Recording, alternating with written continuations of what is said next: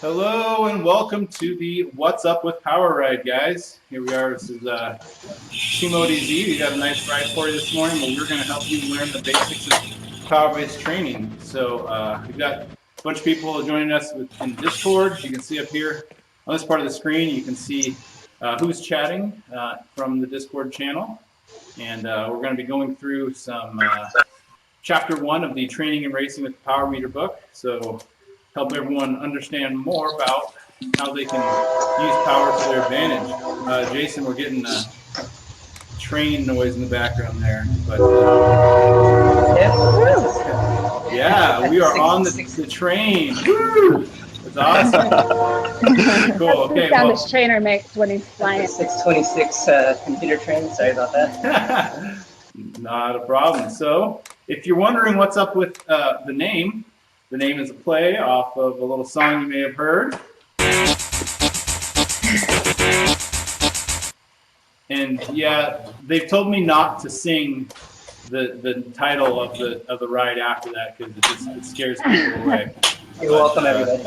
You're welcome. So that's basically where the name comes from. So we want to make sure everyone can hear okay. If you're having troubles hearing the audio, let us know in game or send a chat in Discord. If I can get some people watching the Discord chat and feeding back stuff to me. We got some people joining me. We've got Chad McNeese live on Facebook. We've got Eric Min. Hey there, CEO of Zwift. Right on, buddy. Thanks for coming. We've got Eric Denning watching. We've also got a few others. We've got 7 people watching us. So we've got a couple minutes. This is going to be kind of an interactive thing. We're going to, I imagine a few of you guys will be coming week after week with your questions. So let's take a few minutes. If you want to introduce yourself, tell us who you are, where you're from, maybe just your name and where you're from. We might get to know you just a little bit better. We got 2.5 minutes before we start here. Oh, I can go first. My name is Jason, Riverside, California. I'm one of the Team ODZ riders. Happy to be here today. Great. Jason can answer a lot of our questions as well. Thanks, Jason. Thanks. Justin Laborio, Fort Mill, South Carolina. One of the Team ODZ riders. That's right. Good to have you, Justin. Dave Bussey, Canby, Oregon. Dave Bussey. Good to hear you. Matt from Kansas City. Yeah. We got 2 people talking to each other. I heard Matt Roth and was that Ufer? Was the other one? Yes. Yeah. Okay. Very cool. I'm Corey from Utah. Okay. You're a little faint, but I think I heard you were from Utah. Matt Corey, maybe? Is that what you said? Corey. Very cool. Also, if anybody's joining on the Facebook Live and want to type in where you're from, let us know. It'd be great. Get some interaction going there. Ken Sue from New York is on. Ooh. Hey there. York. Very cool. Thanks for joining. So we'll probably get a better feel for kind of how maybe new you guys are to power-based training or what. I'm sure a lot of you guys may know quite a bit of this stuff, may be able to answer questions. But we're basically going to format this into somewhat of a 15-minute section where I kind of go through my prepared content. You can still ask questions during that point in time if you have a specific question, and then we'll basically switch over to 15 minutes of maybe more in-depth, more open question and answer where you can ask any question. I may answer, somebody else in the group may have the answer, but that's basically it. So 15 minutes of Q&A, or excuse me, 15 minutes of teaching followed by a 15-minute Q&A. So here we go. We're gonna get the ride going here a little bit. So I would recommend anybody want to learn more about this. So a lot of this is going to be coming from the Training and Racing with the Power Meter book. If you don't have it as a reference, it's definitely something worth having in your library. So much good content comes from there. I don't make any money from buying it, so it's not a ploy for me to make more money. It's a great resource for training with power. So what we're going to cover today is why would you train with the power meter? Okay, so a lot of people are familiar with speed, heart rate, cadence. These are all things that are well known in the world of cycling. So why would you train with power? So there's basically four main areas this breaks down into. Basically, using a power meter is going to help you know yourself better, know your weaknesses and know your strengths. It's going to help you work closer together with your coach and your teammates. You have more objective information to do that. It's going to help you focus your training, be more precise in your training, and really nail down and improve the areas where you need to. And lastly, with all those things combined, you'll really be able to achieve your peak performance for whatever you're trying to achieve. It'll help you get the most out of your training. Whatever amount of training time you have to apply, you'll be able to be very efficient in that time. So now we're basically going to drill down into those areas one by one and get more details. So we've got a couple questions coming on Facebook Live. I'll address those once we get to the Q&A section. So basically, when we talk about knowing yourself, is one of the benefits of training and racing with the power meter.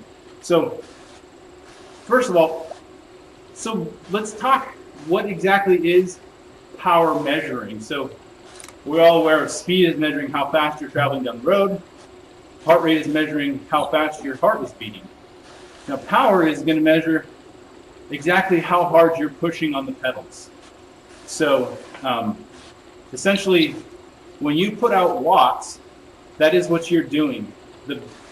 Your heart's beat per minute, that's how your body is responding to that effort. And as you get better and more fit over time, you'll be able to put out more watts at the same or lower heart rate. So this is how you improve your efficiency as an athlete. It's basically increasing the amount of power per heartbeat you can produce. There's more to it, but that's a very good metric to watch over time.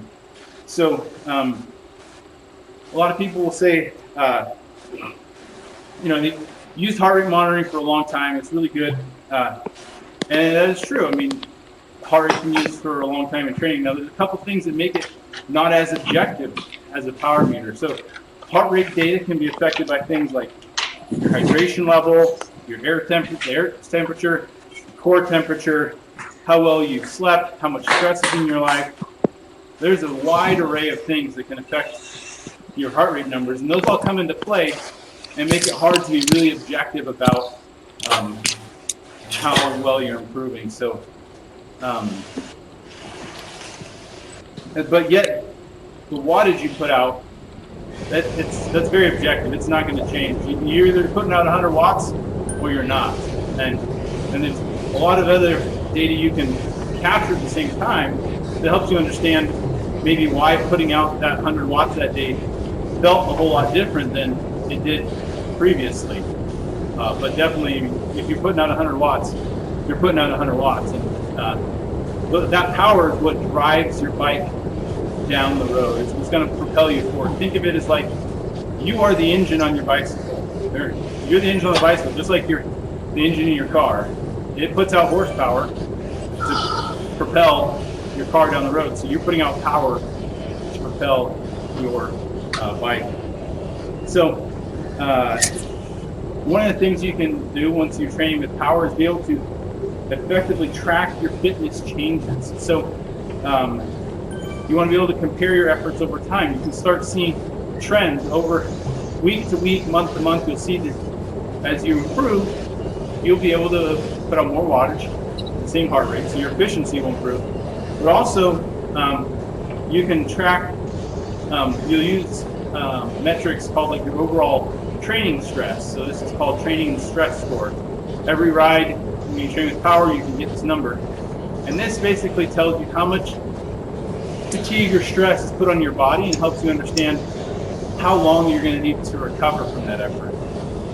And being able to project your training stress from week to week and plan that will really help you effectively use your time and be able to increase your fitness level. By knowing what your current fitness is and how much training stress you're going to apply to your body in a smart fashion, you can be very precise in the dosage of training you apply to your body. Analyzing your race performances. This is a great use of power meters. Some of the best data you can get from your power meters. When you go into a race, and there's a very critical point where you got dropped from the pack, and you want to know what you need to train to get better so that next time you don't get dropped, so you can hang with the pack. So power meters are great for this. We're willing to get a drink here. I'm talking a lot. Woo. So one example of this is there's an athlete who's working with his coach, and he would get dropped in a race where there was essentially a little bit over a 5 minute long effort where he was holding his threshold power. And they weren't sure why he would get dropped, because honestly, you should be able to hold your threshold power for much longer than 5 minutes. Well, his coach noticed that over time, when this happened, he was at a very low cadence. So it was a combination of knowing both his power and his cadence to see he had too low of a cadence and he needed to spin at a more efficient cadence. So they got him better gearing on his bike. And then in that same scenario, he was able to spin at a higher cadence, putting out the same wattage, but it actually was more efficient on his body and it didn't hurt. He didn't get dropped. He didn't give up. So that's a great example of how a power meter can be used. Because the other flip side of that is if, let's say he'd just been pushing too hard on the pedals, putting out too much power, and he just ran out of juice. That's true, and in that case, he would have just needed to be trained harder. But in that case, he just needed to learn how to be more efficient with his power and using the right cadence. Training with power will also allow you to pinpoint your strengths and weaknesses. So you'll find in this book, there's a chart, and you can find it anywhere on the web. There's a chart that basically helps you categorize where your power numbers are at for different durations. So for 1 minute power, 5 minute power, 10 minute, 20 minute power, you can say, I can hold 4 watts per kilo for 20 minutes. How do I generally rank against real life racing? So they basically came up with this chart that shows if you can put out this many watts per kilo for this long, you're most likely in this category of racer. So this can be good and bad. So let's say you pull up your numbers, you've done some tests, and you say, I shouldn't say bad. It could not be. So it couldn't. You might not like the answer it gives you. So let's say I'm looking in there and I see that my 1 minute power, I'm a Cat 1 level, so Cat 1's a very high racer, it's almost pro level. If I can hold Cat 1 power for 5 minutes, that's really good. But if I also see that I can only hold Cat 4 level power, so Cat 4 is much lower level racing, if my 20 minute power is at Cat 4 level, that may be okay for a track racer who's really training for 5 minute efforts. But if I wanted to get into the road racing scene, that would be a bad deal. I would need to work on my 20 minute power. So that power data helps you calibrate where you're at in the grander scheme of racing. And this kind of goes back to a little bit of why it's important to have a calibrated power source. We could get into a very long discussion about precision of power meters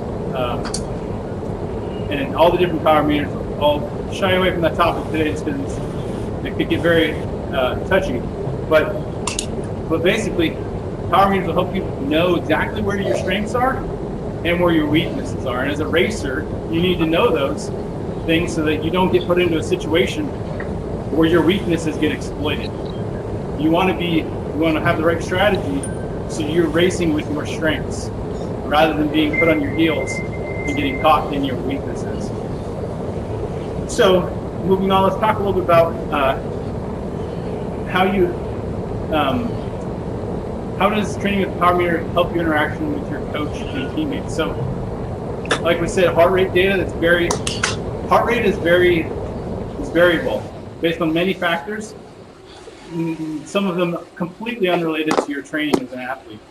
So if a coach is just looking at your heart rate and speed, honestly, it's very hard for them to get to the bottom of whether or not you're improving, how you're improving. So with a power meter, he gets very objective information. There's no humming and hawing about how well you're doing. That's the ground truth. Once you know and trust your power meter and that it's calibrated properly, that's the ground truth. And you can your coach can actually learn more about you from looking at your power files than if he were to race against you, which is kind of an interesting concept. Just providing placings in your racings to your coach may help him understand how you rank up against other people in your area or specific races you're in. But also, placings take into fact a lot of circumstantial race strategy, which may or may not reflect your actual how you're doing, how as an athlete, what fitness level you're at, I should say. So the power meter from a race can be way more telling sometimes actually than placings. You could go to a race where you win it, but you didn't have to work that hard because the competition level wasn't there. But you put into another race and you go so hard that you set a new personal best for 30-minute power, but yet you got spit out the back. So these are things your power meter can tell you. In the two different scenarios, you would probably feel like, wow, I won, this is great, or hey, I got dead last. But being able to look at the power data, you can say, well, I just need to train to get to the next level. Maybe I'm in a race that's too competitive for me. I need to, I can't hold on to that group. I need to maybe train a little faster.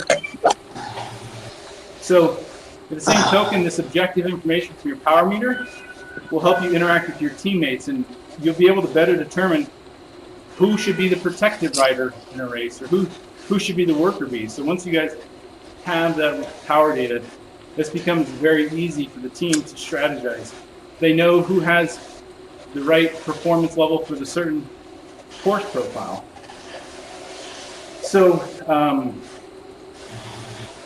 with power meter, you can really focus your training. So when you get a workout that prescribes a certain wattage for a certain amount of time, you'll become very motivated at the end to basically eke out those last few watts on the last part of the interval, because you know that power meter isn't lying, and that you know that if you're able to hold that wattage or higher, you know that's making your body strong. You're getting to the next level. So you're very, very motivated at the end to basically just push harder.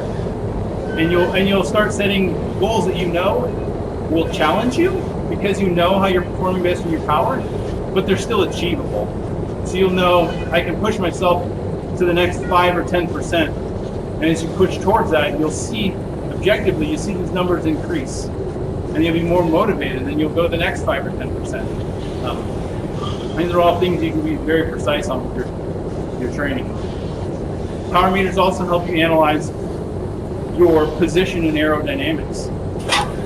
Being on a time trial bike or in the right position can save you as much as 30 watts or more to go the same speed. So that's something you can tell from your power meter. So you can go out there and say, wow, I'm training for Ironman.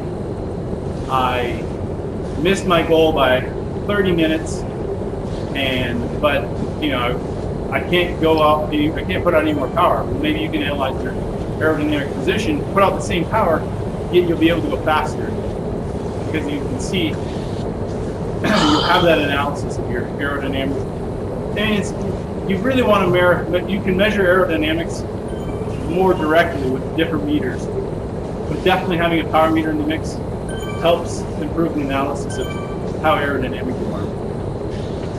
Power meters will help you pace your efforts as well. You'll know exactly how long to go, how hard to go for a time trial. Or if you're in a breakaway, you know approximately how long it is till the end. You'll know exactly how much wattage you can hold without blowing up in that breakaway. And you'll know at the end of the race whether or not you left it all on the table, or whether or not maybe you were feeling sick that day and you just weren't able to perform to your best. These are all things you can very objectively determine from your power data. Power meters are great these days. It's like a mobile test lab. You used to have to go into a expensive training facility to be able to get these numbers, but we essentially have this data every day on your bike while you're riding, and that's really awesome to have right in your hands. Power meters also help you enhance your indoor training. I'm sure many of you are very aware of indoor training. We're doing it right now, and Zwift is great for this. That it'll really help you efficiently use your time in your indoor training, but also by comparing your power numbers from indoor training to outdoor efforts, you'll be able to see correlations between how hard you need to train indoor to be able to get up that hill outside and get your new PR. These are all things that are improved with the power meter. You'll also be able to quantify your sports nutrition. So power meter will tell you at the end of a ride exactly how many kilojoules of energy you expended. And the ratio between kilojoules and the amount of calories you burn is approximately 1-to-1. There are more factors that come into play, specifically the efficiency, how efficient your body is. Just because you're putting out 100 watts into the pedals doesn't mean that your body is putting out 100 watts. You actually you spend more power than that in other parts of your body. So you're not 100% efficient in transferring power to the pedals. So those are some things that come into play, but effectively it's about a 1-to-1 ratio between kilojoules and kilocalories. So this will allow you to say, hey, look, when I'm racing, I burn 300 calories every 20 minutes, or whatever the number is. I need to be eating that much food to keep on top and so I don't bonk. So these are very precise numbers. Will also help you gauge exactly how much food you should be taking after training and racing, so that if you're trying to cut down to the new race weight, or if you're just trying to maintain weight, you'll have very accurate numbers to go off of. And so lastly, all of these things together will really help you take your training to the next level. So I'm gonna, that basically concludes the lecture, if you will, portion. I'm gonna take a couple minutes to go through some of the comments here. I think Jason answered Graham's question there on Facebook. Victoria, thanks for keeping the stated watts per kilogram. You bet. Casey, Breakfast Entertainment, good. Okay. Okay, cool. So on Discord, questions, anything we've covered, or anything that's maybe been burning on your mind about power meters that you'd really like to know about? Just real quick. Go ahead. I was going to ask, what's the one metric you look at the most for overall fitness thing, like just to make sure you're on track? Yeah, so I start looking at what's called your 3 scores, your chronic training load, your acute training load, and the difference between them. So that helps you tell where your fitness level is at and how fatigued you are. Those numbers are calculated based on your training stress score. We'll get more into what those are, but if I were to say the numbers that I look at the most when I'm analyzing through the week where I'm progressing, that's what I'm watching. I'm watching exactly how much training stress I'm generating on each ride. I'm planning how much training stress so that I know I can increase myself to the next fitness level. But if I do it too fast, I'll incur too much fatigue, and that may drive me into sickness. Good I can question. vouch for that. Great question. think there was another question.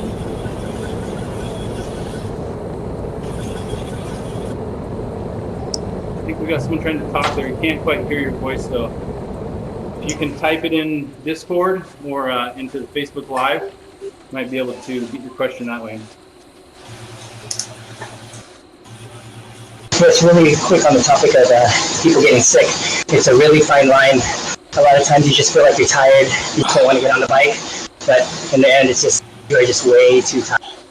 Yeah. Such as a great know and feel what that number feels like. Do you ever want to go back? Mm-hmm. I think there's maybe one topic we could cover here that I think a lot of people. Oh, I got a question here. What is a good level of fitness to maintain? Hey Scott, how's it going, buddy? So I would say your fitness level, or referred to as your chronic training load, that really depends on what you're targeting. So somebody who's trying to qualify for Kona in the Ironman will probably need to have a fitness level of around, I'm going to pull something off my head, but it might not be accurate. I'm going to say 120 or more. Does that sound about right for a Kona athlete? Anyone gauge me I think on you're in that range. It's a little bit personal, but I think you're close. Yeah. So what does that mean? If you have a fitness level of 120, that means you could effectively do 120 TSS every day and just not have any issue. Be completely recovered by the next day and do 120 TSS. So 120 TSS is if your ride was basically the equivalent of holding your FTP for an hour and 12 minutes. Obviously, you wouldn't be doing that every day, but if you were doing rides that came up to 120 TSS. So the fitness level you need to be at can be very personal. It's going to change for a lot of people. But in general, the higher fitness level you have, the more riding and racing you'll be able to do, and you'll be able to recover faster. Hope that answers your question, Scott. I think, like Justin said, it's extremely personal. For me personally, if I get my fitness up over 50, I can hang in a Cat 3 race. It's not ideal. I can't win a Cat 3 race, but it's really personal, and it really depends on how much time you have to spend in the week.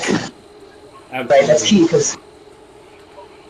So we have another question here on Facebook. So how much of your FTP watts per kilogram is genetic? That is a good question. I think, I don't know the answer to that, but what I'm going to say is you can definitely improve it a lot through training, precise training. Maybe like a more clear answer would be it's up to a certain point you can improve your FTP. And usually it's around 3.5 to 4 range for most amateur riders. The genetic component that is in all this is that higher level of power that you put out, what we call the VO2 max power. But as far as genetics is concerned, up to a certain point, I think we're totally correct, but definitely achievable to the 3.5 level and above, even without the genetics. Yeah, absolutely. So one thing I wanted to clarify there on Scott's question, just shifting back a little bit to the fitness level, I should say, just having a fitness of 120 doesn't necessarily mean you're going to be a Kona qualifier, because your fitness level also takes into account your functional threshold power. So I could have a functional threshold power of, let's say, 2.5 watts per kilo. That will not get me into Kona, okay? But if I can have a massive amount of endurance and ride a lot, I can still accumulate a lot of stress in my body at that threshold, and I could conceivably have a fitness level of 150, yet I wouldn't be qualifying for Kona. So it's really the combination of the both. As your FTP increases, it actually becomes harder to get the same TSS score for the same workout. Because your TSS, your training stress for that workout, is based on your threshold. So if, let's say my threshold power is 300 watts. If I hold 300 watts for an hour, then that gets me a TSS score of 100. If then my FTP increases to 400, and I still do 300 watts for an hour, I am no longer getting 100 TSS. I'm getting less than 100 TSS because my threshold is higher, and it doesn't generate as much stress in my body. So those are a couple of trade-offs. Well, also, you kind of alluded to it there, but you have to be very careful of considering what that chronic training load is made of. What did you do to get that? I can get my CTL to 100 just doing sprints every single day. Right. I'm not going to survive at Kona. yeah, Right. The fitness is not created on that same base. Absolutely. So Casey has a great question here on Facebook. Do you have recommendations to break through a plateau? A lot of people and put in a lot of time, but struggle with getting no gains. So I would say, as you train with the power meter, you can focus on very specific time durations. So you can say, you know what, I know that my 10-minute power is lacking. And if you focus your training for whatever time you have just on that 10-minute power, and you focus on 10-minute efforts, you'll most certainly see your 10-minute power increase, assuming you're doing all of the other nutrition stuff right. I feel like I don't have a very good answer to that, Casey. How to break through a plateau? I guess one way, the first thing that comes to mind is change up your training, because if you're doing the same thing over and over, you will always get the same results. Right. So, go ahead, Jason. Oh, I was saying this is really important for us as riders on Zwift, because a lot of us get on and we race and we race and we race, and it's the same input all out every time, 30 minutes to an hour, and people just plateau. They have a huge increase in fitness, and then they plateau. So you need to change it up. I think that's the take-home message here from Justin. Whatever you're doing, change it up. Do a prescribed workout. Do something harder cadence, higher power, lower power. Those are the things that are going to make you break through a plateau. Absolutely. And something in my mind there. Basically, you'll be able to accurately tell with the power meter if you're actually taking your easy days easy. A lot of the advantage of breaking through is having the right. When you train very specifically and you train very hard. But on your rest days, you go hard in quotes, but the other direction. You make sure that you're absolutely letting your body recover. You're going sandbagging to the max. Not even riding on a day if that's the right thing for you, or maybe you need to spin your legs at a very low zone 1 recovery endurance just to get blood through the legs. So these are things you can accurately measure and gauge when you're training with the power meter. It honestly is very difficult to do otherwise, because your heart rate may be elevated from stress. So you may think that your heart rate needs to drop, or it should be dropping for that power level, but it's not. But power is really objective. So Scott Starbuck makes sense. Threshold power. Yep. Yes, very good. Yes, Scott. Yes, your fitness. If your FTP increases and you're keeping the same fitness level, you should be getting stronger. Yeah, but you'll notice when you first change, it's going to be really hard to get to that fitness level. Is it realistic to improve your FTP a lot as you get older? 45, no experienced rider. I'm not a good person to answer that question, but I'd say I'd probably recommend there's a book, I think written by Joe Friel, called Fast After 50. That probably has a lot more knowledge on that topic than I have. Critical components, power management charts have an accurate FTP. Yes, absolutely, Casey. I didn't go into this in detail, but really want to be able to trust your power meter. Having a precise power measurement system, and accurate. We'll go into that probably in a later ride. But our time is over today. I want to thank everyone for coming. Great questions. This will all be recorded and made available on Facebook later. Thank you for joining. If you have any further questions, hit us up on the Team Legacy Facebook page. We'd love to answer your questions and help you out. So once again, thank you all for coming. Thanks, Justin. Thanks, Justin. Flag. Thanks, Justin.